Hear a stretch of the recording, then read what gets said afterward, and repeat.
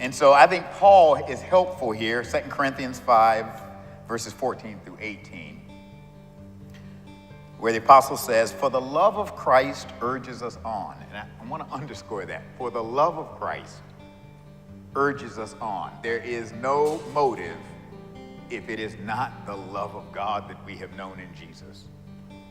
Let us love one another because love is of God, and those who love are born of God. Why? Because God is love. That's right. Now, I didn't say love is God. I said God is love, right?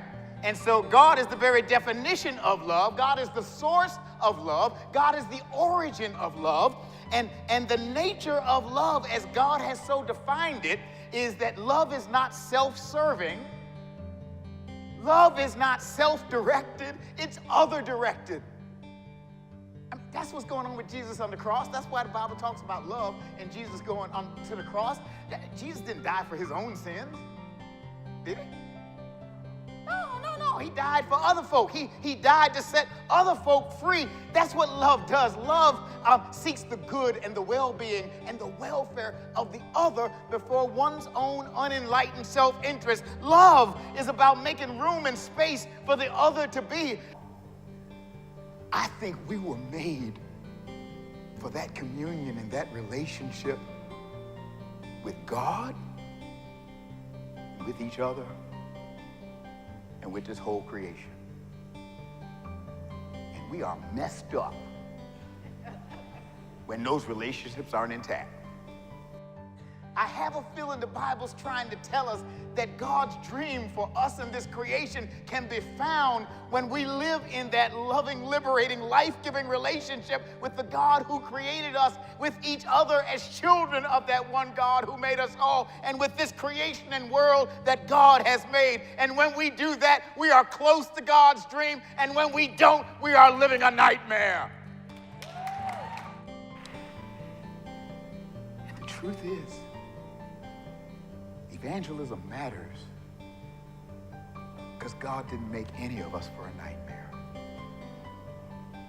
God made us for God's dream.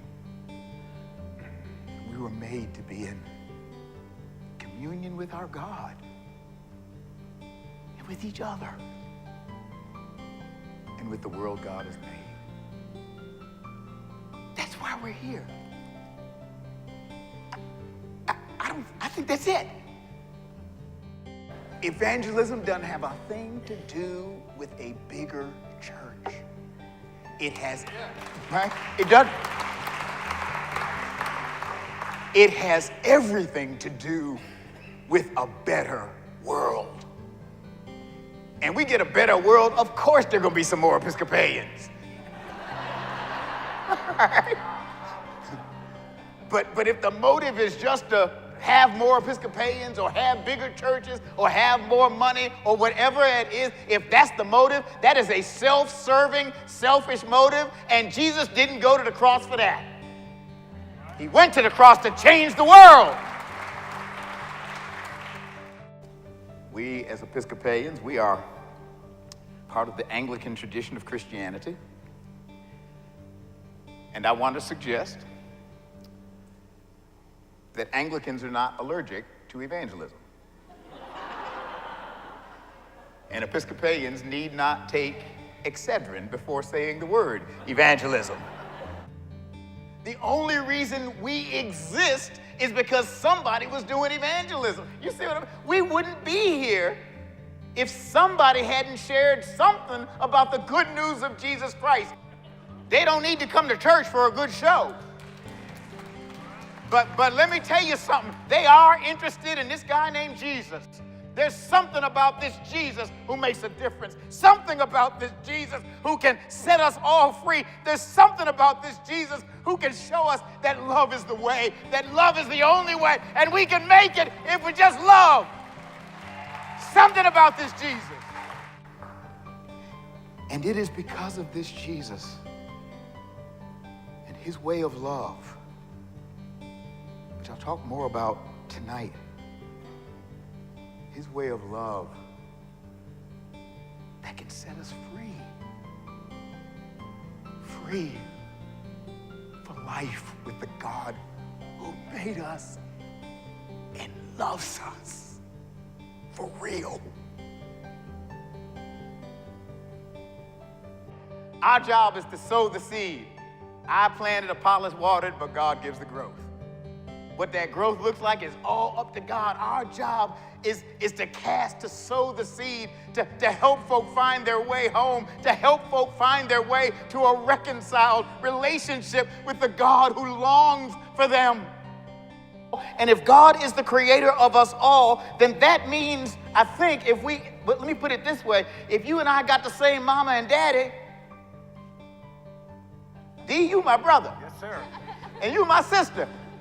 Truth of the matter is, God has so created this world and this creation that we are actually intended to be God's human family, the beloved community of God. And evangelism is not about a bigger church.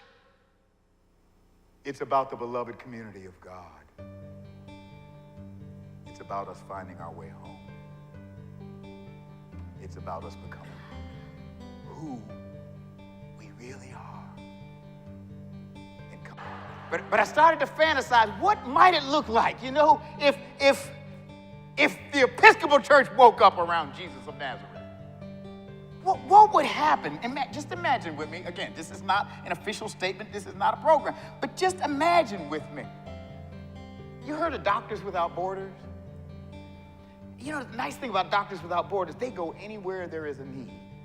And they take their resources and bring them all together. And wherever there's need for healing, that's where the doctors go. What would happen if we had Episcopalians without borders?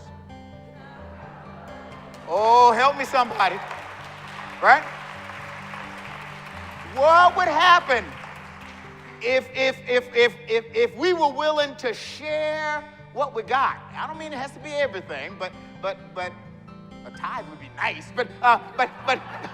But share what we've got with each other. And I'm not talking about this is not about anybody having control. But what would happen if diocese said, for the work of evangelism, we're willing to put in this pot, and even if the evangelism doesn't happen in my diocese, if it happens somewhere in the Episcopal Church, we're going to do it. And if the church-wide budget, General Convention said, to heck with some of this structure, let's just use this money for evangelism wherever there's a need. But every time a church has to close and be sold in one part of the country, if some percentage of that money was taken and put in a new generation fund to start new churches so that the death of one leads to the resurrection of another, what would happen?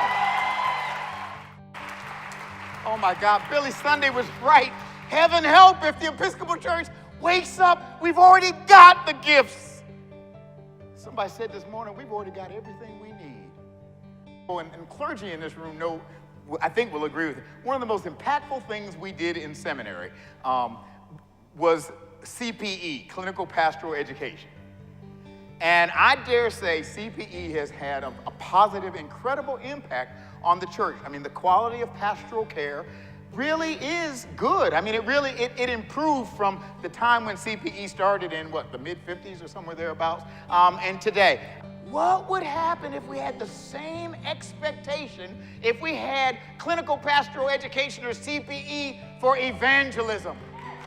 If every person who was trained to become a priest or an ordained or non-ordained leader in the Episcopal Church was trained in helping folk to learn to hear stories, to share their stories, if we were trained in how do you organize, how do you help to form Episcopalians so that we can be the gentle, kind, quiet evangelists that we really are. That's okay. We got to be who we are, but so that we really do it.